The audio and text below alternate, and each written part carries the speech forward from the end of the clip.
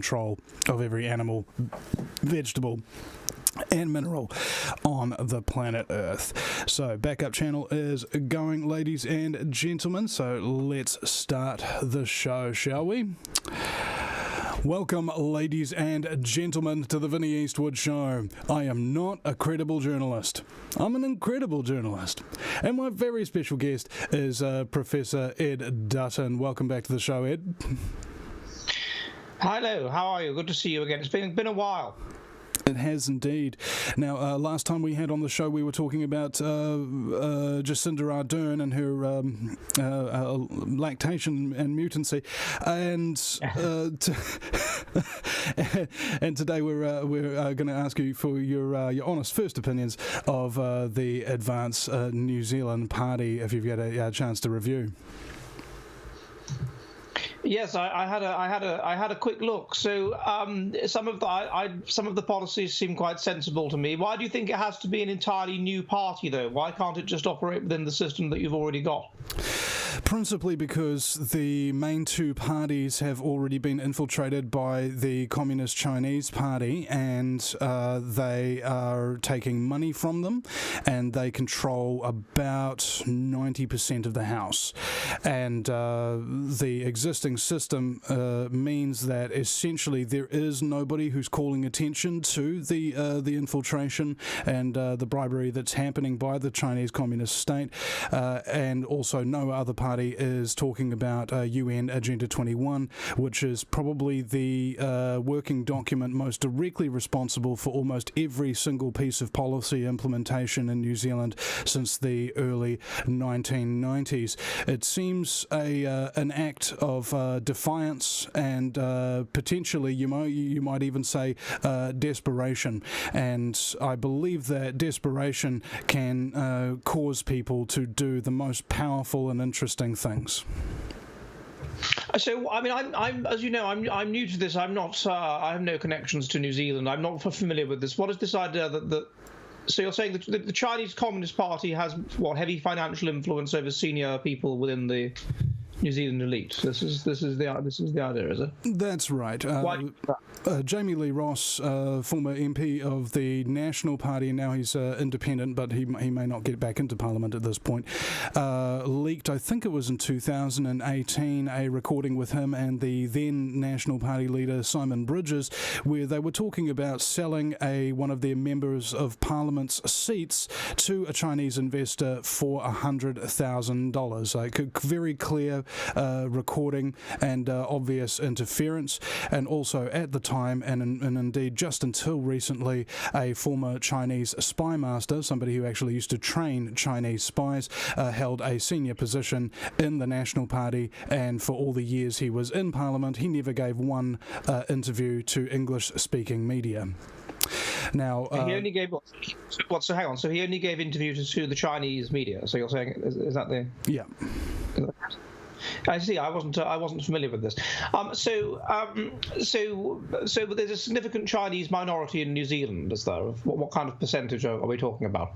I'm not 100% sure, but according to 3 News poll, I think it was in 2016, it was reported that 50% of the homes being sold in Auckland were being sold to people with Chinese-sounding names. The Labour Party then came out and said that was a racist claim, and that all of those people were New Zealand citizens. And it was well, they may be they may be New Zealand citizens, but that's not really the point, is it? I mean, if I think back to when I was on your show the first time, and we were talking more about not so much about Jacinda Ardern and her lactation and her mental illness, but about my research more broadly.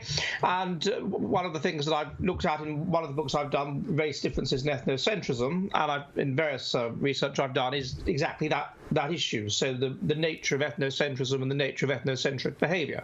And there's a huge body of evidence indicating that we tend to behave based on genetic similarity theory, both within race and between races. So, for example, people will socialise with other people of the same race as them far more than could be predicted by chance. And and that makes a great deal of sense, because if you collaborate with people who are genetically similar to you, then you are helping to pass on your own genes indirectly. You can pass on your genes through having children, of course, through helping out your kin, but also through helping out your extended genotype, your ethnic group. And we've huge amounts of evidence on this, that this is exactly what people do, down to very, very fine details. People will, for example, be more likely to cite an academic, all else being equal, who is of the same ethnicity as them, than one who is a different ethnicity from them. People will be more likely to want to date people of their own ethnicity. People will be more likely to want to have friends of their own ethnicity, to give money to people of their ethnicity, to be ethnocentric. And so obviously what you would expect is for Chinese people or people of any ethnicity in New Zealand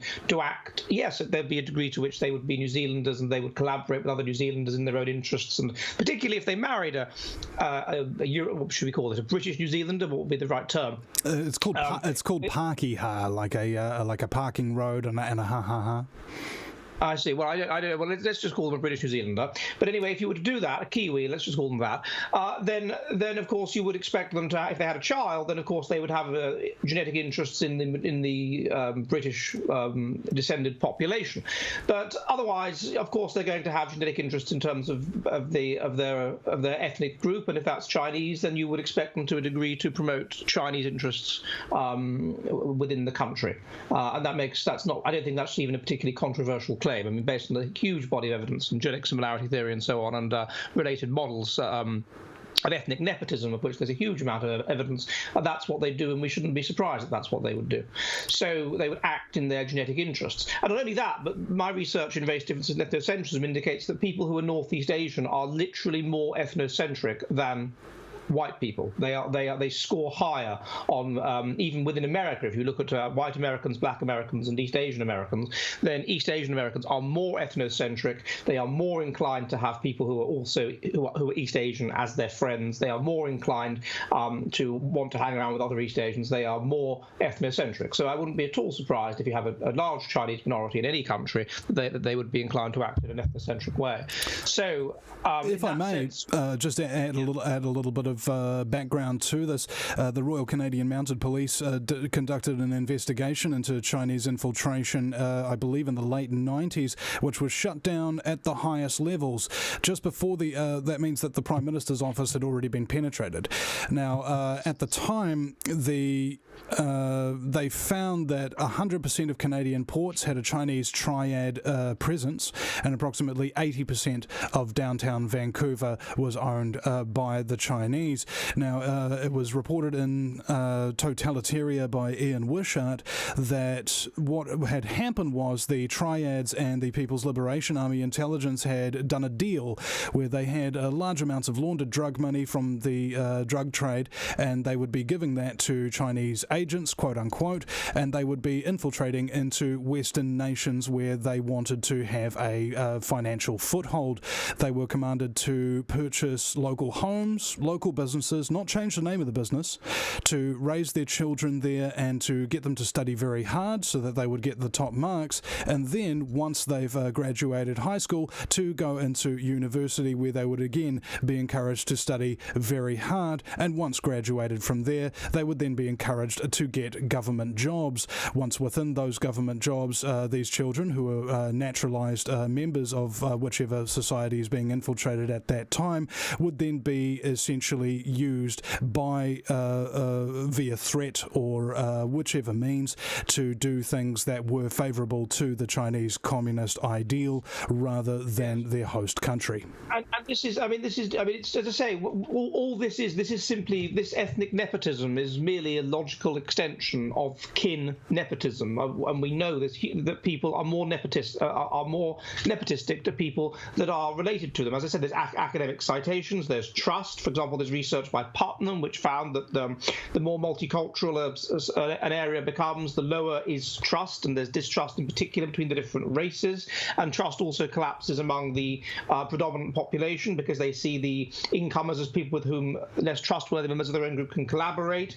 There's the welfare state, and the fact that welfare states don't tend to survive in multi-ethnic societies because of low levels of trust. There's evidence of ethnic conflict. It's quite by Tatu Vantanen that the more the correlation between the degree of ethnic conflict in a nation and its ethnic heterogeneity was 0.66. So a big part of why you get ethnic conflict in countries is simply ethnic diversity.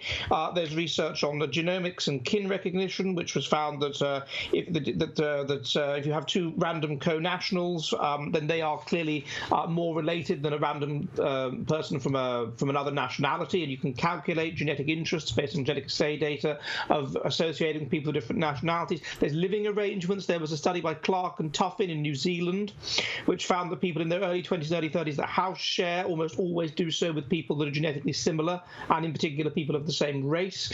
And even mothers that use egg donors, tend to be less close, less emotionally close to their children than are the mothers of biological children.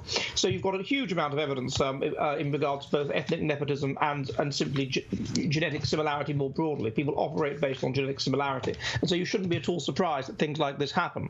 And so in terms of, if you want to preserve New Zealand as a society, I mean, the kind of society that Jacinda Ardern goes on about, the kind of society that she purports to want, is this socialist sort of social democratic kind of society in which there's a welfare state and people care about each other, and these things are based around high levels of social trust. Well, just to correct on that, because she was seen at the Bill and Melinda Gates Foundation-funded event called Goalkeepers, where they purport themselves, and Jacinda Ardern confirmed this herself, to be implementing the Agenda 21 protocols and renamed Agenda 2030, which is simply a milestone of the 21st century plan. So, well, sorry, Ed, continue. That is true, but overtly at least, that's what she pretends to care about. And so, if she wants that kind of society, then the kind of society that has a welfare state and that kind of thing is the kind of society that is high in trust. It has to be high in social trust, and we know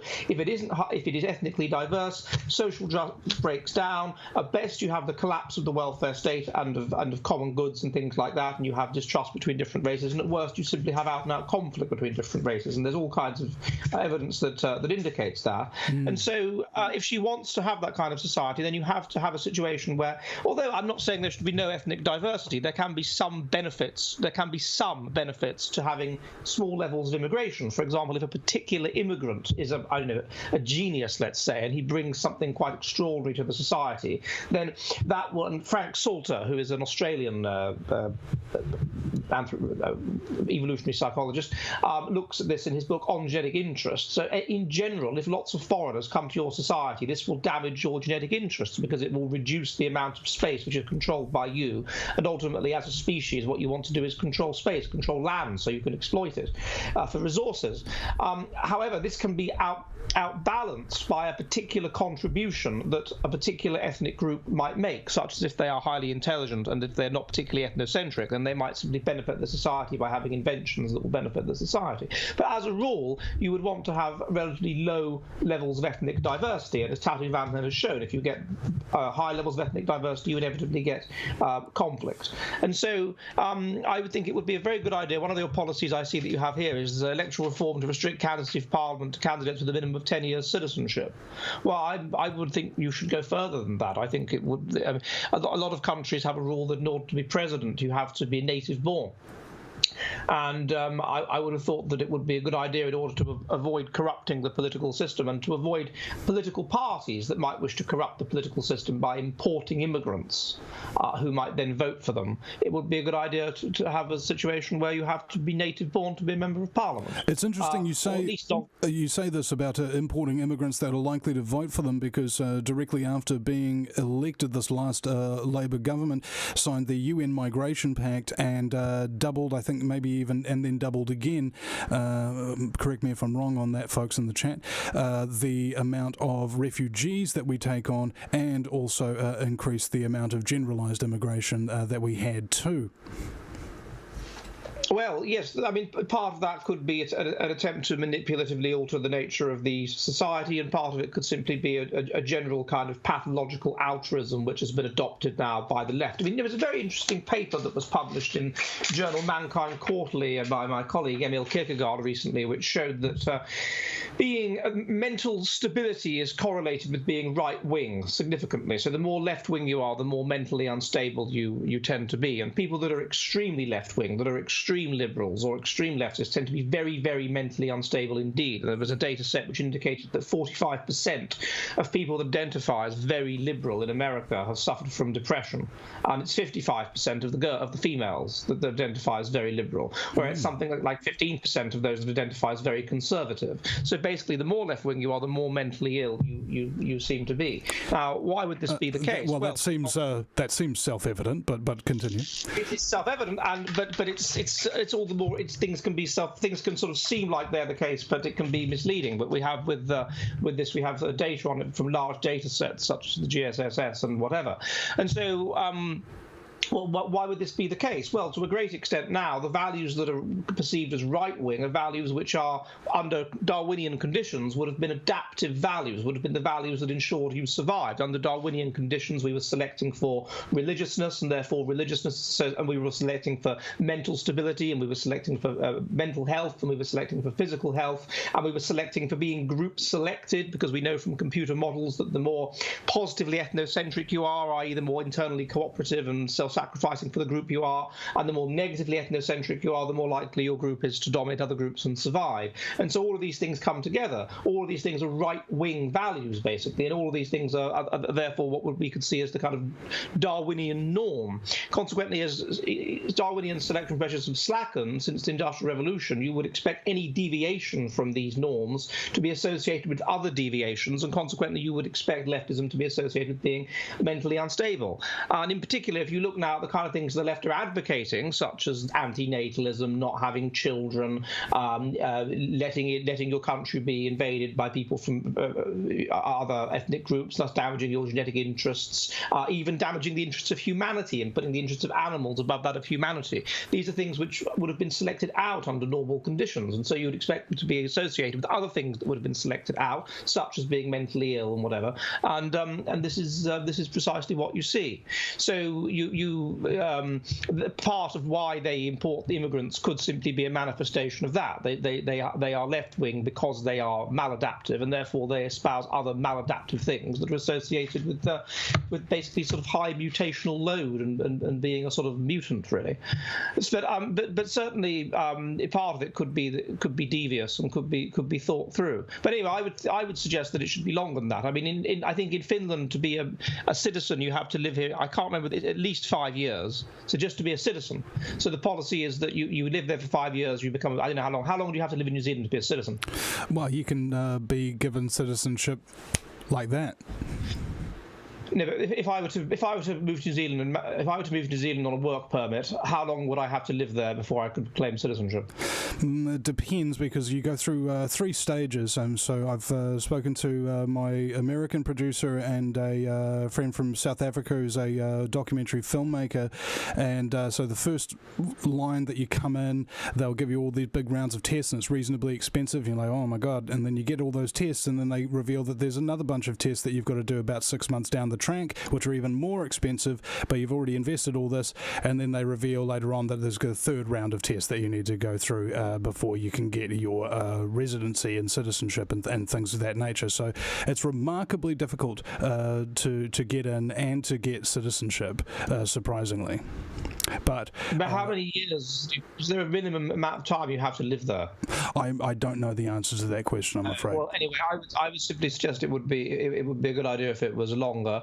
What is the MMP electoral system?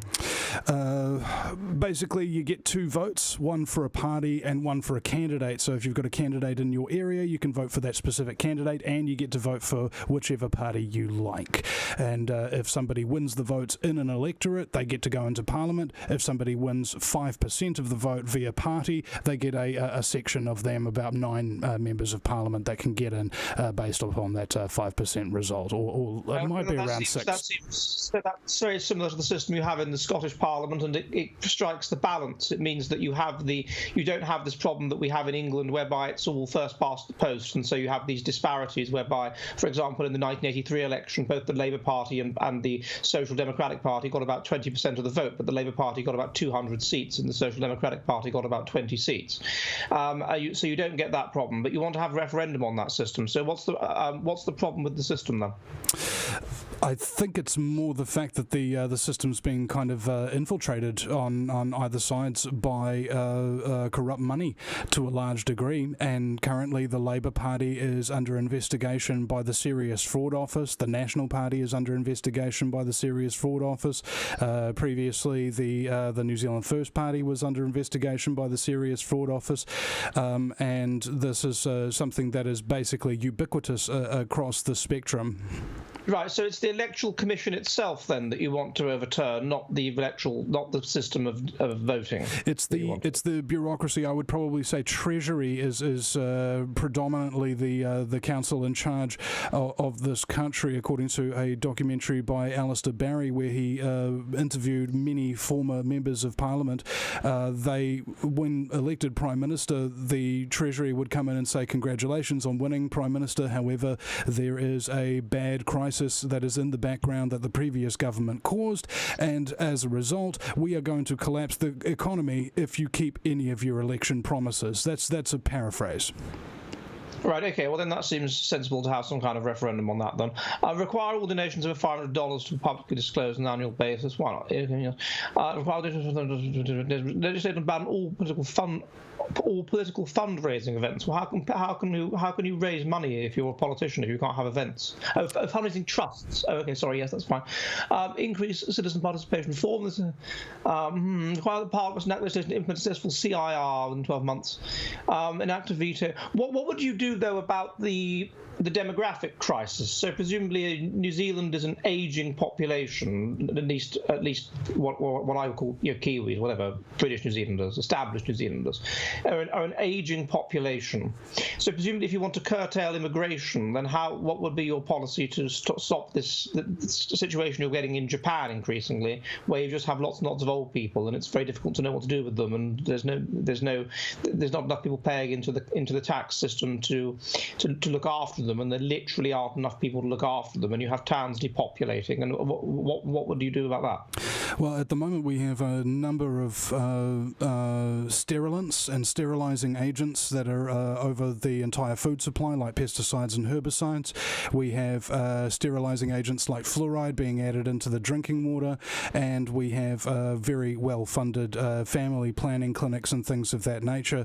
I would think that also the propensity for large quantities of electromagnetic wireless radiation in the air is also contributing to lower fertility rates and things of that nature. So this is me personally saying this, of course. But you're talking about people that want to have children and can't have children. But what you increasingly have is people that, particularly more intelligent people, that literally don't want to have children. And there's research indicating that the more intelligent people are, aged sort of 16 based on IQ tests, then the more likely they are to later say, I don't want to have children, and the more likely they are to not have children. And so the consequence of that is not only that the intelligence of the society goes down, and intelligence is associated with all possible measures you can pretty much of civilization and the ability to sustain civilization, and therefore civilization will go backwards, but also simply that the population will decrease and the population will become older,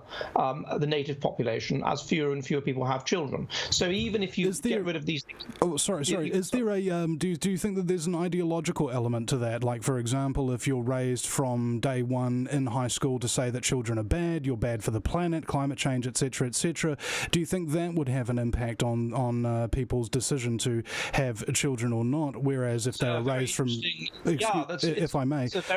Whereas if the opposite was true, if they were raised to say, you're good, have as many babies as you want, be a good father, be a good mother, that kind of thing, if the education system was 180 degrees to what it is now, that perhaps might make a difference.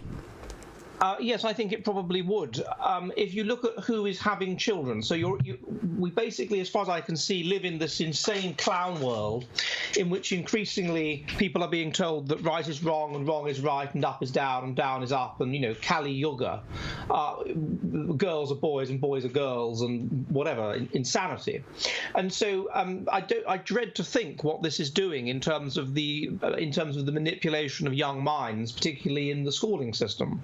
And so you used to have a system whereby under normal or even under slightly more sort of severe Darwinian conditions, you had the education system or the church or whatever would take that which was evolutionarily adaptive, such as fertility, such as whatever, having children, looking after your family, looking after your ethnic group, all this sort of thing, and it would make that into the will of God. And that was, of course, the system for a very long time. Even when I was a child, there was an extent to which you still had the remnants of that system. And then I think what happened was that while this was occurring beneath the surface, you had this process whereby, because child mortality had collapsed from 50% in 1800 down to about 1% today, you have more and more of these, as we discussed on the last show, you have a huge increase in people that wouldn't have survived under normal Darwinian purifying selection. And those people are going to have physical deficiencies. They're going to be physically sick, which is why they wouldn't have survived. So they're going to have bad immune systems and whatever, things like that. But those things are comorbid with having problems of the mind, because the mind is 84% of the genome. It means it's a massive target for mutation. And this means that if you have a problem with the body, you will definitely have a problem with the mind, because the mind is a bigger target for mutation. And we know there have been secular rises in these mental problems, such as autism, such as depression, which has been shown to be contagious, by the way. So even if you're not genetically prone to depression, if you hang around with depressed people, you're more likely to become depressed yourself. And these people that have these problems are more likely to have sort of maladaptive ways of thinking. In the case of depression, that life is pointless, that there's no God, that you might as well kill yourself, whatever. In the case of autism, in particularly low religiosity and a lack of belief in eternal importance, that sort of thing. And so you're going to get more and more of these people. However, in an environment that is religious, that is traditional, then those people will be so strongly under pressure to suppress their maladaptive ways of thinking that they will do so. And that's interesting, because we know that from American data in the 1950s, there was no relationship between paternal age and atheism. And more recent data from the 70s, there was a relationship. Now, why is that interesting? Well, because paternal age is a marker of autism. The older your father is, the more likely he is to produce damaged semen with de novo mutations on it, and the more likely he is to have an autistic son. Now, he was doing that in the 1950s, but the pressure on people that were autistic and thus atheistic to conform and to be religious was so strong that they convinced themselves God existed, and that was that. By the 70s, the system had broken down, and consequently there was a relationship between paternal age and atheism. Now, why would that happen? Well, because eventually about 20% of the population would be part of the new system, the new maladaptive way of thinking. And once that happens, then a tipping point is reached, and then people start to adopt the new system and to lose faith in the old one. And so that's what it seems to have happened. And so therefore, yes, in answer to your question, what we would expect that now the education system is literally pushing people in a maladaptive direction. And there is a strong degree to which we are a highly environmentally sensitive species. We're so eusocial, we're so pro-social, and that we're highly sensitive to other people, we're highly sensitive to who's around us, we're highly sensitive to our environment. And if our environment is suboptimal, then our genes will be suboptimally expressed. And what that can ultimately result in is people adopting maladaptive ways of thinking, such as women adopting the view that if you're a housewife and a mother and whatever, you're just a loser and you're a waste of space, and consequently they limit their own fertility or they don't have children at all. So I would entirely agree that if the education system was changed back to what is because basically the system is an evolutionary mismatch. We are not adapted to be as people in a society where we're being told to do these maladaptive things. We're not adapted to be in a society that is run by a woman who is seriously mentally ill. If I may, so, there's a branch on this as well, because Yuri Bezmenov in his early interviews in the 1980s with G. Edward Griffin said that the main point, or at least one of the main reasons why communism had not yet taken hold in America at that point was because of the proclivity for Americans to adopt and have strong religious views, and that the communist infiltration was specifically designing a methodology to destroy people's religious beliefs. Well, that would make sense, because being traditionally, religiousness takes that which is adaptive in terms of individual fitness and in terms of group fitness, to a certain extent anyway, and it makes that into the will of God, such that it's more likely to be followed. And therefore, religiousness inures you against these maladaptive ways of thinking that are going to be damaging to your genetic interests. Also, you would expect, I mean, we know that religiousness is highly heritable. It's about 0.4 heritable. It's associated genetically with mental health. It's associated with physical health. It's associated with longevity. It's associated with fertility. It's associated with the desire for children. And so what there's clearly something that's been selected for, and you would expect. I did a paper on this. The mutant says in his heart there is no God, in which I showed that on various measures, non-religious people are higher in mutational load and evidence of mutation than are religious people. Religious people are the Darwinian norm, and so you would expect those people to be people who are genetic religious. You're going to get two kinds of people that are religious: those that are religious because the environment is right, because the environment makes them religious, either because the environment indoctrinates them to be religious, or because the environment is quite stressful or high in mortality salience, and this makes them become religious, as we've seen. Or you're going to get those that are strongly religious for genetic reasons, and there's basically nothing that's going to stop them from being religious. Even the most appalling, maladaptive, anti-religion, indoctrinate you into thinking religion is terrible environment, these people are still going to be religious. And what I would suggest is that those are the kind of people now that are still religious. The remnant population in England of about 5% or something like that still go to church once a week. Those people are highly religious for genetic reasons, and there's almost nothing that would make them not religious. And those are the people that are breeding. And the other people that are breeding, because there's a high heritability to fertility, are simply people that are very high in certain personality traits, in particular agreeableness, altruism, and those people just want to have children. They really want, they're cage strategists. They just have a strong desire to have children and nurture children. And even if the environment is telling them you shouldn't have children, you're a loser if you have children, life is pointless, they still have children. So what I think we've done is we've created an environment where the only people that can resist this onslaught of Kali Yuga clown world insanity are the people that act in their genetic interests for strongly genetic reasons. And those that are more environmentally sensitive, those people have been messed up, and those people tend not to breed. And so consequently, I would agree that if the system was changed to more like what the system was in the sort of 50s, then those people that were environmentally sensitive would very quickly start to breed again. And consistent with this, there's been research on mice which shows that if you take away all Darwinian conditions, basically all predation from mice, then you get this system where they stop having children. Most of them stop having children, and you get these people that are obviously weird, these highly effeminate weirdo mice known as the beautiful ones that have no interest in women. And the evidence from the study was that there was something in their urine, these beautiful ones, these mutants, which was messing up even the non-mutant mice, even the relatively normal mice, because it was telling them that life was stressful and there was a danger and whatever. There was something in their urine which was influencing the miasma of the colony. It's kind of like how watching the news can make you feel crazy, because it's a 180-degree version of reality from what reality actually is. Yes, the news is in a sense our urine. If we were mice, yeah. And so we watch the news, and the news is telling us this ridiculous stuff, which we kind of know is wrong, but it's gaslighting us, and it's brainwashing us, and it's manipulating us, and whatever. And it's just sending us mad. And this is what the urine of these beautiful ones was doing. It was sending the mice, even the mice that were genetically relatively normal, it was sending them mad, such that they were throwing their young they were doing maladaptive things, like throwing their young out of the nest too young, i.e. not bringing up their children properly. Well, if you have a child and that child says, "Mummy, I feel like a girl today," and you allow it to mutilate its body, you're not really bringing it up properly, are you? That sort of thing.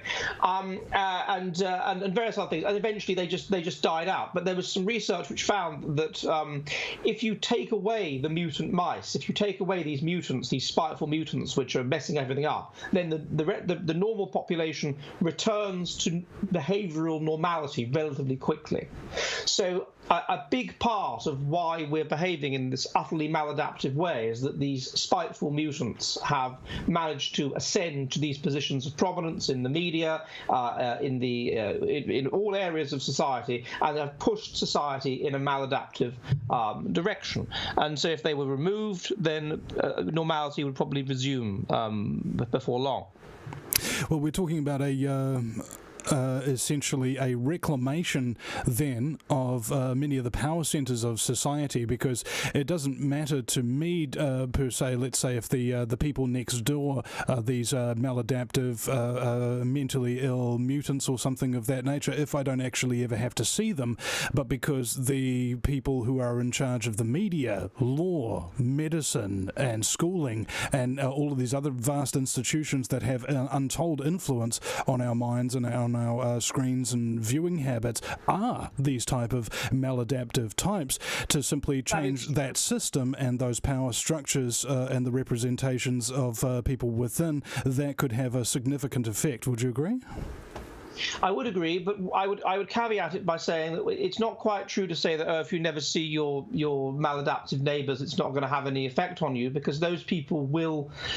We are a highly used. If I may, I don't mean they won't have any effect. I'm saying that they wouldn't have as much effect as those in a higher level of. Yeah, that's quite correct. Whereas those with whom you will come into contact on a daily basis will have a significant effect, and the more higher the mutational load is in the society, the more likely you are to come into contact with maladaptive people. For example, people that are suffering from severe depression or whatever it is, and those people will subvert even your ability to successfully follow your genetic fitness to the correct degree. And so, and as you say, it's even more significant if those people come into positions of power in society, and they do, because that's kind of the nature of them. You're only really a spiteful mutant if you come into a position of power and influence and can push the society in a maladaptive direction, either in a subtle way or in an overt way. And so, so I think that is a serious problem. And so there has to, what I would expect to happen, and I'm researching a book on this at the moment, is that this would eventually flip, because what's basically happening is that the spiteful mutants, they don't tend to pass on their genes, they don't tend to breed, so they subvert the society and they do damage to the society, but they don't tend to breed. The people that are breeding, what predicts breeding is being religious, which is associated with genetic health and whatever, and associated with conservative values, and simply being conservative, and indeed being far right, not just right wing, but far right. The people that breed the most are the people that are on the far right of politics, even controlling for religiousness, and the heritability of political perspective is quite high. It's something like 0.5, even 0.6. And so what you would expect is that eventually, as this situation carries on, you're going to get a larger, and even though the society gets pushed in a more left-wing direction because of the influence of the spiteful mutants and the general degradation of the health of society, you're going to get a larger and larger portion of population who are highly genetically healthy, who are highly genetically fertile, who are highly genetically religious, who are highly genetically right-wing, and that will just grow and grow and grow until a tipping point will be reached, and then they will start to cast the society more in their image. Well, just to actually add a little bit of fuel to that fire as well, the leader of Advanced New Zealand Public Party is Billy Te Kahika. He has 6 children, and he is religious. Well, good. So, and he's not religious in a Jacinda Ardern way, is he? He's not going to kind of be religious for break. He has his own ministry, and they deliver food to the homeless in Auckland. Okay, good. Good. So pro-social stuff as well. That's good. So I mean, I can't find the link that you sent me. I've googled the name of the party, but I can only find a smaller summary of the manifesto. But you talked about the limitation of abortion. Now, in terms of a general kind of right-wing direction, and the idea of a life having eternal significance and sanctity of life and this sort of thing, then obviously that makes a great deal of sense. Although I would reference a video that I did on this on my channel, The Jolly Heretic, which looks at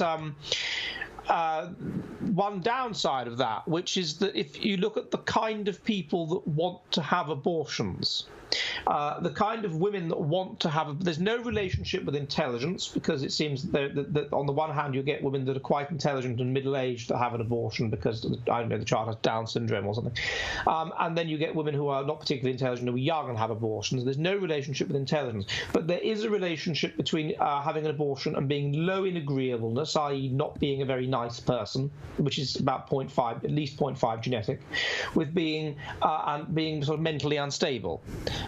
Those predict having an abortion, and so it's quite interesting that when there was this, if you saw when it was the abortion referendum in the Republic of Ireland. We're having an abortion referendum, I believe, here in New Zealand as well. We're just passing what's known as up to birth abortions. Now, interestingly enough, a lot of abortion fetuses are given to the medical schools and vaccine manufacturers and things like that, so they can grow viruses on the baby's organs and that kind of thing. And it turns out that a live baby donation is far more lucrative and expensive than a dead baby donation, which makes me feel very sick to my stomach, as it should anybody with a conscience. Well, so you're saying they're experimenting on live fetuses, are you? Not yet. On live? Not yet, because it's illegal to kill a baby once they've come out of the womb, and in this way, it's going to set up essentially a legal framework whereby babies can be born, be declared not born, and have been declared to be aborted, and yet still technically be alive and be shipped to medical facilities for testing and or ownership and raising of those children. That sets up a legal framework loophole to allow that kind of thing to happen. Oh, well, I can't comment on that. I don't know enough about it, but I would say that one of the plus sides of legal abortion is that a lot of these women, they want abortions. They are basically mutants. They are spiteful mutants. They are unpleasant people, and they are, by having abortions, not passing on their genes, and their genes will be subversive of the society. They will be people that are low in agreeableness, that are mentally unstable, that advocate maladaptive things, and they're not having children. And I wonder, in the video, I wondered out loud if what's happened in Ireland is precisely because Ireland didn't have abortion, because it didn't until quite recently and was quite rare among European countries in that respect. The chickens are coming home to roost, and now you have this generation of just ghastly people who would otherwise never have lived, who are descended from women who are ghastly, who would have wanted to abort them but who couldn't. So I'm just saying that there is from a purely pragmatic kind of Machiavellian perspective, there can be perceived, for the good of society, there can be some arguments in favour of abortion. That's my point. Of course. And I was also thinking about what was it last night? I was talking to somebody about the film 7 Years in Tibet, where China came into Tibet, they killed 1 million Tibetans and destroyed 6,000 temples to the Dalai Lama. And I'm asking the people of New Zealand, do you want that kind of extermination of religious people to happen here? Because it's happened before. And at the moment, there are close to 1 million Muslims in these quote-unquote re-education camps in China, where their women are allegedly being raped in order to destroy their genetic heritage and that kind of thing. So there seems to be a generalized persecution against religiosity in general. I'm guessing that the situation in China, from what we know about it, China is indysgenic fertility. In China, intelligence is negatively associated with breeding. Education is negatively associated with breeding. And so you would expect that in China, as in Japan and other such countries, you would have the rise of basically maladaptive ideas that would be maladaptive to the interests of the people. Now, what would militate against that is that, as I look at it in my book, Various Differences in Ethnocentrism, Northeast Asians are highly, highly, highly ethnocentric. They have been evolved over for various reasons, due to it being a highly harsh, cold environment, due to it being too harsh to have sufficient genetic diversity to develop genius. Because I've talked about how you have these different strategies, one of which is simply that it's a highly harsh environment, and so therefore there's lots of group battles, and so therefore there's lots of group selection, and so therefore you have high levels of ethnocentrism. But another way of dealing with that is if it's a little bit more genetically diverse, then you can throw up geniuses, and the geniuses can come up with amazing inventions, and you can dominate people precisely because you're not that you're not that genetically similar to each other. Because you can throw up genius, you can dominate them because of that, and so therefore the genius society can overcome the ethnocentric society, and that's, as I think, what has happened with Europeans. But in general, harsh ecology, high levels of ethnocentrism, and so this has made them, I think, and high levels of conservatism as well, and resistance to change. And so I think this kind of militates against them being too quickly taken over by highly maladaptive ideas. But nevertheless, one would assume, with the fall in child mortality and whatever else that's happening, that it would still be happening. It would just be expressed in a more subtle way, and possibly the society would need to be less broken down, because you do actually also the more selected to a highly stable yet harsh environment you are, the more environmentally sensitive you are, and therefore the less would need to happen to mess you up than would be the case with people that were less environmentally sensitive. So one of the things you notice if you look at somewhere like Japan is that even though they haven't been subjected to the kind of Kali Yuga madness, spiteful mutant insanity that European societies have been subjected to, because they're so conservative and whatever, it hasn't got that far, they are actually more messed up in terms of their fertility, in terms of, I mean, for example, the average number of times that a New Zealander has sex in a year is about 116 times. The average number of times a Japanese person has sex is 45 times.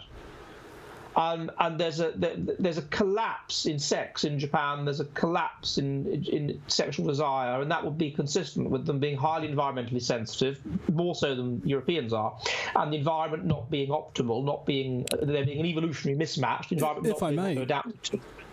What influence does internet pornography and its proliferation have to the general human desire for real human contact and sex in that manner?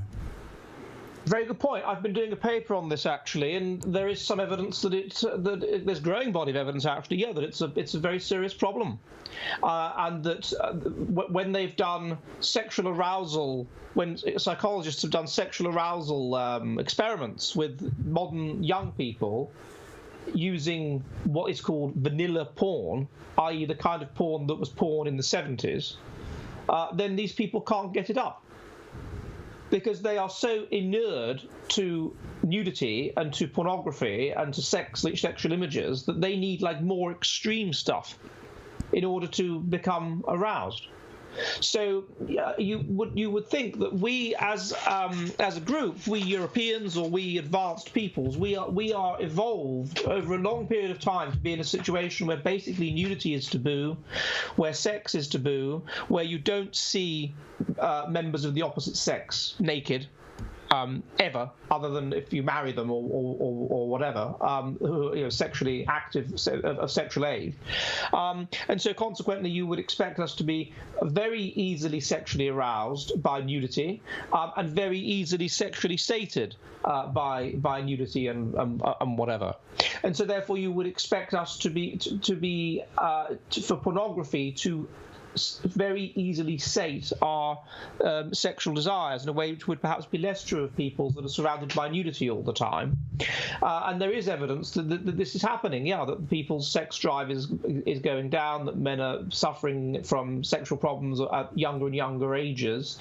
Part of this could be the general genetic process that I've discussed before, that we are under this high mutational load, and this would mean that more illness and testosterone levels would fall. But part of it could also be the spread of pornography, and certainly there's evidence from Japan that you'll get people that are just totally addicted to pornography and whatever, and would rather engage with pornography than they would with, you have these what are they called, herbivore men. who have just no interest in women, who are low in drive, low in sex drive, can't be bothered, and will find that masturbating over internet pornography is far more satisfying than a real life relationship, because a real life relationship risks shame and risks problems and risks, all kinds of discomforts. And so if it's sufficiently sating, if it does the job, if it tricks the mind into thinking that it's real, then you would think that yes, so that would be very, very damaging indeed. And you would expect it to be more damaging to somewhere like Japan than to somewhere like Britain or New Zealand, because they are so environmentally sensitive. And I think that's what you're seeing there. And that's perhaps one of the reasons for this just collapse in sex that has happened in Japan since the rise of the internet. This is a worrisome trend, because it means that we are not only mentally but also physically within the three-dimensional universe heading towards our own extinction via our sociological practices. Well, I wouldn't go quite so far, because, as I say, there is variation within humanity with regards to how environmentally sensitive you are. And there are the people that are we are evolved to what's called an evolutionary match. We want to be in a situation that we are evolved to be in. If we are in an evolutionary mismatch, then, which is what we are increasingly in, particularly since the Industrial Revolution, our evolutionary match is to live in relatively small communities with people that are genetically similar to us and whatever. And as we're in an evolutionary mismatch, we become increasingly unhappy and whatever. And one of two things can happen. One is that the whole situation will break down and people will take charge and bring us back towards an evolutionary match. But the problem with that is often they will take things in too extreme a direction the other way, and therefore there'll be another evolutionary mismatch. And so that's one of the things that could help explain the sort of movement between right and left. And so we have these moral foundations that we all have, care and harm, desire for hierarchy, desire for purity and disgust response. There's five key moral foundations. The left tend to be very high in care and very high in desire for equality and fairness, and they push things in that direction. And people who are liberal tend to be lower in those, but they tend to be very low in the other things. They tend to be very low in hierarchy, desire for hierarchy and order. They tend to be very low in sanctity and purity, and I forget now whatever the fifth one is. But they tend to be very low in loyalty, in-group loyalty. They tend to be low in those things. People who are right-wing are about equal in all of those things. And so this means that the right can sympathise with the left, but the left can't really sympathise with the right. And so the right will always give ground to the left. This is my colleague Michael Woodley's model rather than mine. And therefore things will tend to move in a leftward direction until we are so in an evolutionary mismatch, we are so unhappy that then we will want hierarchy and order and whatever again, and we will swing back. But often we will swing back too far, and there won't be enough in the way of care and equality, and therefore we will swing back. And it sort of goes on like that. So that's one thing that happens. But the other thing, in terms of the death of humanity overall, you've got, as is increasingly becoming clear, even when subjected to an environment which is a total evolutionary mismatch and which is telling you that all things which are good in terms of genetic fitness are bad, which is even making you as a child question what a male is and what a female is. As a child, question whether you are a male or you are a female. Question everything, pull everything apart, confuse you, leave you not knowing what's up and what's down. Even when that's happening, you have people who still want to have children and who still have adaptive values that promote genetic fitness. And so those people are highly genetically controlled. The degree to which they are, remember, with anything, with intelligence or whatever, you can have an IQ of 130 simply due to genetics. Like if you had the most terrible environment, an environment that would reduce your IQ to its phenotypic minimum, and it's 130, or you can have people that have an IQ of 130 because they've had a brilliant environment which has elevated their IQ to its phenotypic maximum. Right? And those two people will both have an IQ of 130. And what we're seeing is that it's the same if you think about the desire for children, a desire for whatever, your own genetic interests. The people who are now religious, who are now wanting to have children, are people that, even though the environment has reduced to its minimum these instincts, they're still there. in these people, because these people are highly genetically influenced, and so it's going to be these people that are the future. These people will be the future of humanity. These people that are able to just it's water off a duck's back to them being indoctrinated into left-wing ideas. They don't care. It doesn't affect them really. It might upset them, but it doesn't affect their basic fundamental desires. So I don't see it as the end of humanity. I see it as a change in the nature of humanity, such that what is going to be left is a population that is going to ultimately have quite similar views, ironically, to the views that we had when we were under harsh sort of Darwinian conditions. But those religious views, right-wing views, conservative views, but they will have those views almost completely for genetic reasons. Whereas the people that were when we were under these conditions before the Industrial Revolution, there was still a bulk of the population that would have partly had them for environmental reasons. So there are different people, and we don't know how that's going to work out. And it's not just them either. It's not just religious people and conservative people that are breeding. It's also, it seems, simply people that are high in certain traits like altruism and just a desire to nurture. Those people are also breeding.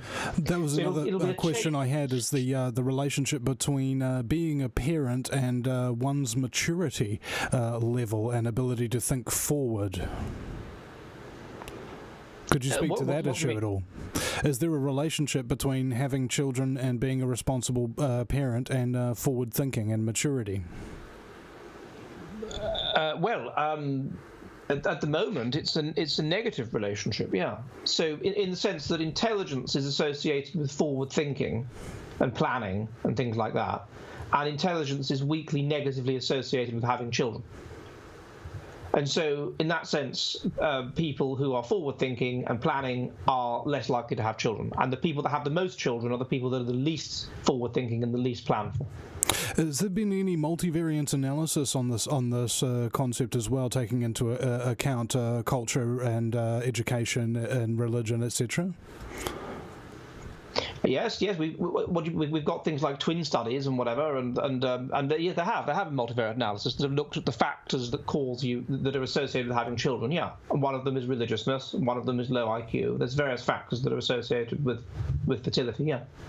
Okay. But that's in terms of intelligence. In terms of, I suppose, I think that there may have been the study indicates, there are studies indicating that people that are more K strategists, that is to say people that are evolved to live slow and die old, those people are more likely to have children as well, as low IQ people. And in that sense, those people would probably be more planful and would plan for the future. So you have things moving in different directions on different levels in terms of what predicts having children. Okay. Yeah. So, Ed, just out of curiosity, what would your recommendations be? I mean, if New Zealand has problems with these mutants in charge, I mean, what would you recommend in terms of would it be a social strategy or a political policy or something of that nature? I think one thing that would be good would be to encourage people who are New Zealanders, I mean, who are established. I don't know what the term I'm supposed to use, but anyway, those people. To have children, and there should be tax incentives to have children. If you have 2 children, which is what most people, it's about 1.9 now, it's below replacement fertility. But if you have 3 children, then suddenly it shoots up. Everything shoots up, right? Because everything is built around the assumption of 2 parents and 2 kids. So there need to be, as there is in Hungary, by the way, there is a policy where there are strong financial incentives to have children, to avoid this problem of elderly people that no one's there to look after, and to avoid the need for immigration. So I think that would be good if they should promote that. And otherwise, there needs to be a full-on promotion of traditional adaptive ways of thinking, which also, by the way, make people happy. They make people happy. People are happier if it's like a dog being in an environment it's adapted to. People are happier if they are in an evolutionary match rather than an evolutionary mismatch. People are literally happier. Amish are in an evolutionary match, and they have levels of subjective happiness that are comparable to those of like extraordinarily rich people. Because one of the things that makes you happy is that you are better off than those around you. Well, the Amish also don't partake in vaccination at all. Well, I don't know what relationship that would have, but it certainly would elevate their religiousness if they have high child mortality. Yeah. So it is creating that evolutionary match, and to a certain degree, you still had that until the sort of 50s or 60s, because that was when policy started to change. That was when the traditional system started to break down. That was when the influence of the spiteful mutants in the society passed the tipping point of 20% or whatever, and therefore things started to change in this maladaptive direction. And so until then, people were much more happy, much more likely to trust other people, much more likely to engage in social goods and whatever. And so there needs to be a return to that. But personally, I think it's based on the genetics. It's an inevitability that there will be a return to that. There will. It's just a question of when, and it's a question of whether a lot of conflict and disorder can be avoided first. Because what we're seeing in this decade, and I don't know if you're familiar with the research of Peter Turkin, who's a Russian demographer and sociologist, and he predicted, based on his various sort of cycles of history, that the 2020s would be an era of particularly acute conflict. He argued that the level of polarization in America at the moment is akin to the level of polarization at the beginning of the Civil War in the 1860s. Another thing to back that up is going back to Yuri Bezmenov, who's a former KGB agent, having an interview with G. Edward Griffin.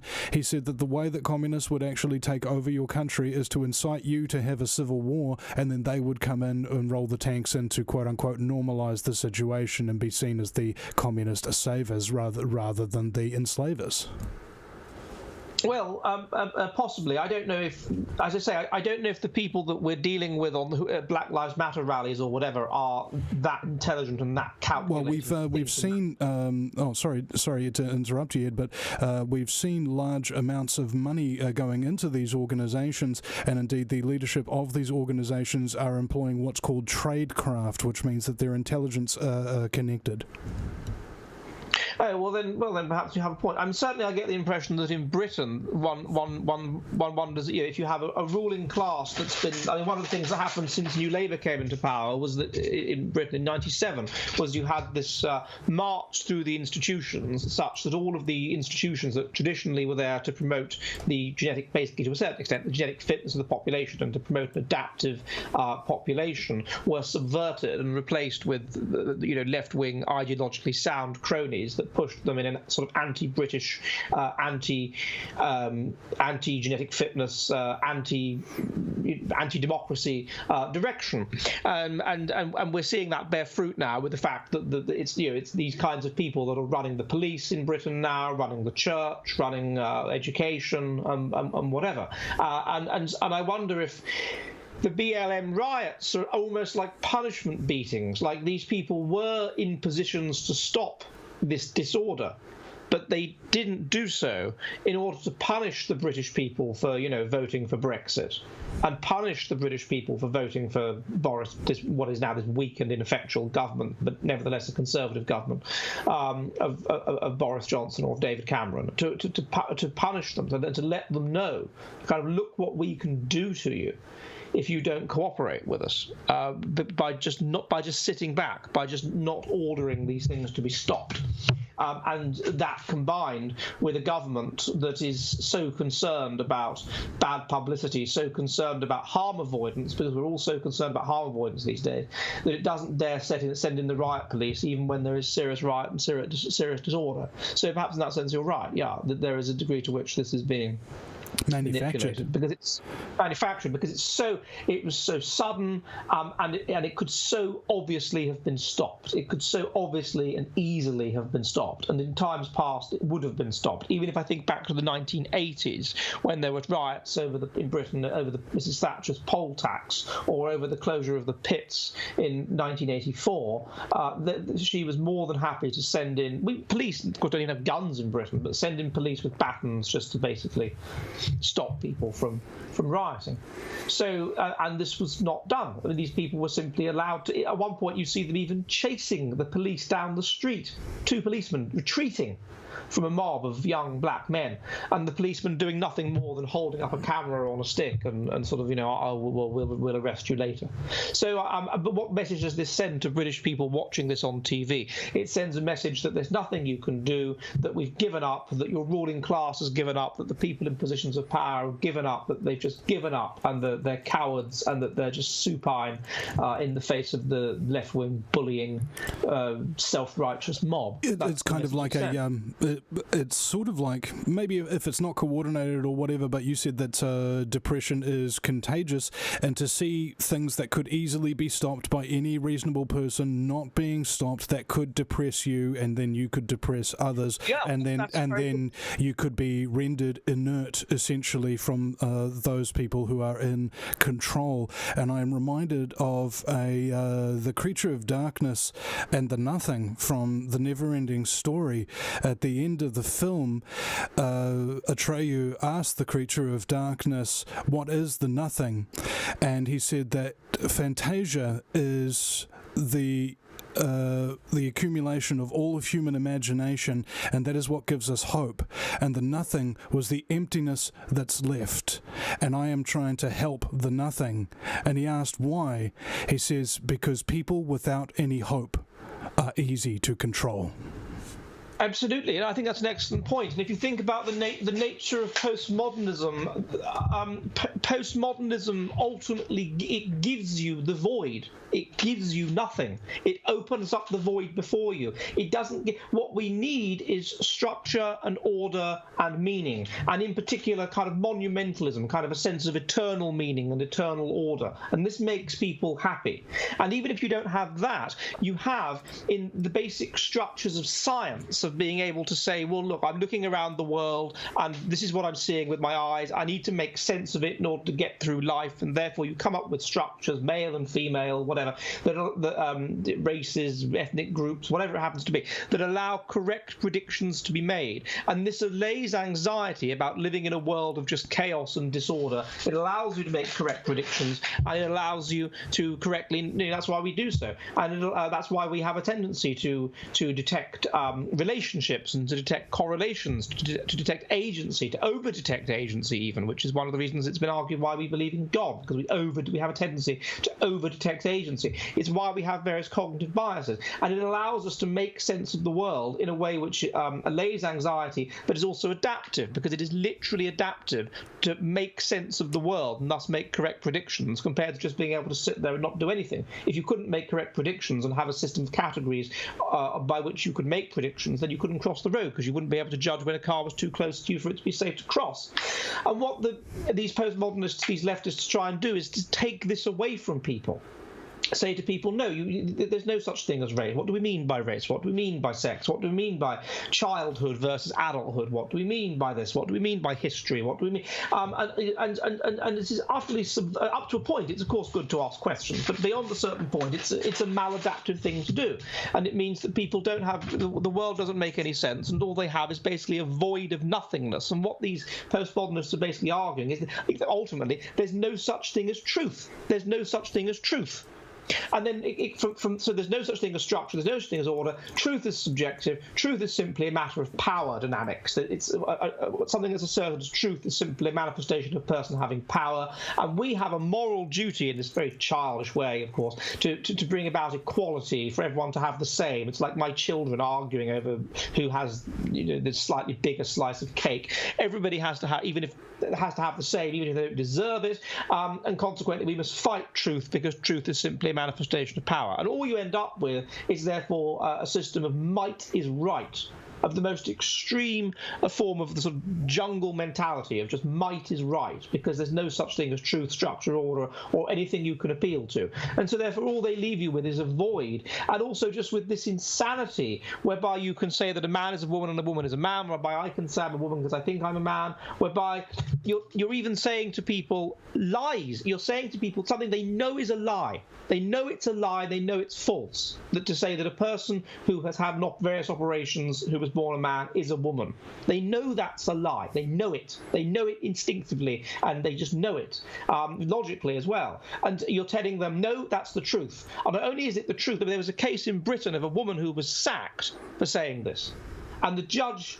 There was a court case, and the judge argued against her. The judge found against her and said, no, the law in England is if you have a if you are a man and you mutilate your body and you're therefore a woman and you have a gender recognition certificate to say so, you are a woman. That's that.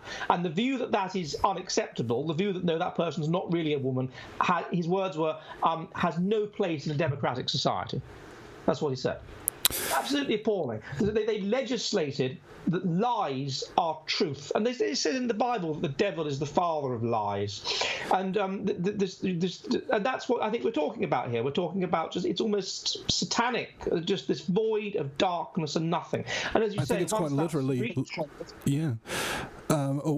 Just to add on to that point here, the OSS, which was the precursor to the CIA, the reason for its creation during World War II was with one purpose and one purpose only: to confuse the enemy. And to illustrate how they did that, they hijacked, for example, a train that was bound for Berlin and all the high command, and it was full of letters. The OSS hijacked that train, wrote their own letters, and then put the train back on the tracks, and then sent all of those false information into the German high command. The logic being that if you couldn't trust the information that you were receiving, there would be very little chance of you to be able to coordinate your responses to outside attack by the Allies. And after Germany and Japan and Italy were defeated post-World War II, when the CIA became the successor to the OSS, they simply changed who the enemy was, and the enemy was everybody. It was to confuse everybody. And a former CIA director was quoted as saying that once our disinformation campaign is complete, everything the American public believe will be the exact opposite of the truth. Ed Dutton, thank you so much for your time here today. I'm sorry, I'll let you reply to that point, but I've got to go take a quick wiki leak. Oh no, I was just going to say about the depression point, that the removal of statues and things is something that's certainty and concrete. You remove it, makes people depressed, and then those images spread around. But that was all I was going to say. But anyway, thank you. Yes, thank you for talking. Nice to speak to you. EdwardDutton.wordpress.com is his website. And is there any kind of your own materials that you would like to promote people, books you need to sell or something of that nature? Because this show is kind of like a bathtub, doesn't work very well without a plug. Oh, well, there's the Jolly Heretic, which is my website, of course, on YouTube and BitChute, and I live stream on Mondays and Thursdays at 7 p.m. UK time. My latest book is Why Islam Makes You Stupid But Also Means You'll Conquer the World, which looks at religion and whatever. And then I have this book, which was published in Australia, Churchill's Headmaster, The Sadist and Nearly Saved the British Empire. So those are my most recent books. Thank you very much for your time and your expertise, Ed. Nice to talk to you. Bye-bye. Bye-bye, mate. All right, Ed Dutton, ladies and gentlemen, the Jolly Heretic himself. I hope you've all enjoyed this show. Been very, very controversial, and you know what controversy means, ladies and gentlemen? It means a truth that will make you change the things that you do in the real world, make you change your habits.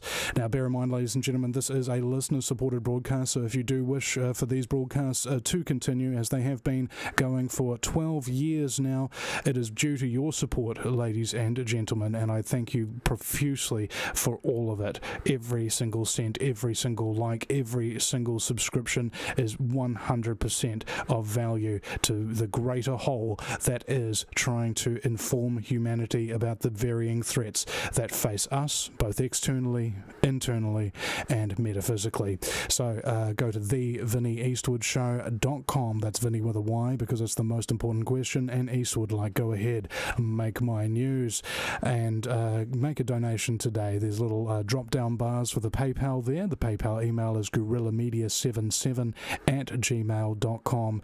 And with that being said, ladies and gentlemen, thank you very much for listening to the Vinny Eastwood Show. I am not a credible journalist. I'm an incredible journalist.